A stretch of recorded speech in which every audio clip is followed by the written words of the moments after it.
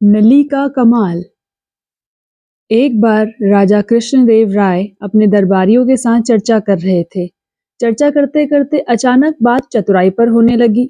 महाराज कृष्णदेव राय के दरबार में राजगुरु से लेकर कई अन्य दरबारी तेनालीराम से जलते थे।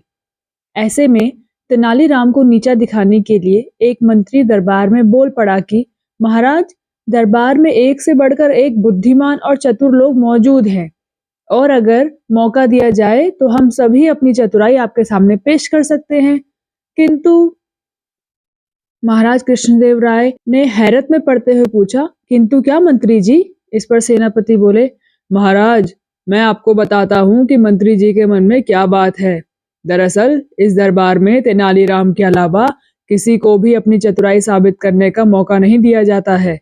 हर बार तेनालीराम ही चतुराई का श्रेय ले जाते हैं, तो ऐसे में दरबार के बाकी लोग अपनी योग्यता कैसे दिखा सकते हैं? महाराजा कृष्णदेव राय सेनापति की बात सुनकर समझ गए कि दरबार के सभी लोग तेनाली के विरोध में उतर आए हैं। इसके बाद महाराज कुछ देर शांत रहे और मन ही मन विचार करने लगे। तभी महाराज की नजर भगवान की मूर्ति के सामने जल रही धूप बत्ती पर गई। धूप बत्ती को देखकर महाराज के मन में सभी दरबारियों की परीक्षा लेने का विचार आया। उन्होंने तुरंत कहा, आप सभी दरबारियों को अपनी चतुराई साबित करने का एक मौका जरूर दिया जाएगा। जब तक सभी दरबारी अपनी चतुराई साबित नहीं कर देते, तेनाली बीच में नहीं आएगा। और यह सुनना था कि दरबार में मौजूद सभी लोग खुश हो गए। उन्होंने कहा, ठीक है महाराज, आप बताएं कि हमें क्या करना होगा। राजा कृष्णदेव राय ने धूप बत्ती की तरफ उंगली करते हुए कहा कि मेरे लिए 2 हाथ धुआं लेकर आओ। जो भी यह काम कर पाएगा उसे तेनालीराम से अधिक बुद्धिमान समझा जाएगा। महाराज की बात सुनकर सभी दरबारी सोच में पड़ गए और आपस में चर्चा करने लगे कि यह कैसे संभव है। भला धुएं को नापा जा सकता है क्या? इसके बाद अपनी चतुराई साबित करने के लिए सभी दरबारियों ने अपना हाथ आजमाया, लेकिन कोई भी धुआं नाप नहीं पाया। जैसे ही कोई धुएं को नापने की कोशिश करता, धुआं उनके हाथों से निकलकर उड़ जाता। जब सभी दरबारियों ने हार मान ली, तब उनमें से एक दरबारी बोला कि महाराज, हमारे हिसाब से धुएं को नापा नहीं जा सकता है। हाँ, अगर तेनाली ऐसा कर पाए तो हम उसे अपने से भी अधिक बुद्धिमान मान लेंगे, लेकिन अगर वह ऐसा नहीं कर पाए तो आपको उन्हें हमारे जैसा ही समझना होगा। राजा मुस्कुराते हुए बोले, क्यों तेनालीराम, क्या तुम तैयार हो? इस पर तेनालीराम ने सिर झुकाते हुए कहा, महाराज, मैंने हमेशा आपके आदेश का पालन किया है, इस बार भी जरूर करूंगा।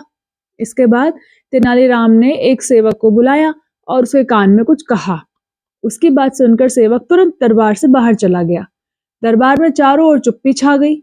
सभी यह देखने के लिए उतावले हुए जा रहे थे कि आखिर कैसे तेनालीराम राजा को 2 हाथ धुआं देता है।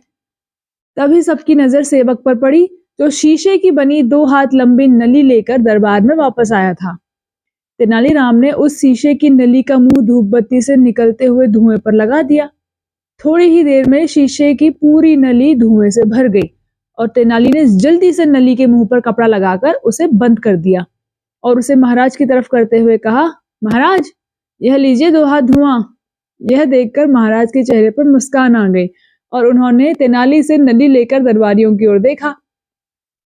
सभी के सिर तेनालीराम की चतुराई देखकर शर्म से नीचे झुक गए। वहां कुछ दरबारी तेनालीराम के पक्ष में भी थे। उन सबकी आंखों में तेनालीराम के लिए सम्मान था। तेनालीराम की बुद्धिमानी और चतुराई देखकर राजा बोले, अब तो आप लोग समझ गए होंगे कि तेनालीराम की बराबरी करना संभव नहीं है। इसके जवाब में दरबारी कुछ भी ना बोल सके और उन सभी लोगों ने चुपचाप अपना सिर झुका लिया।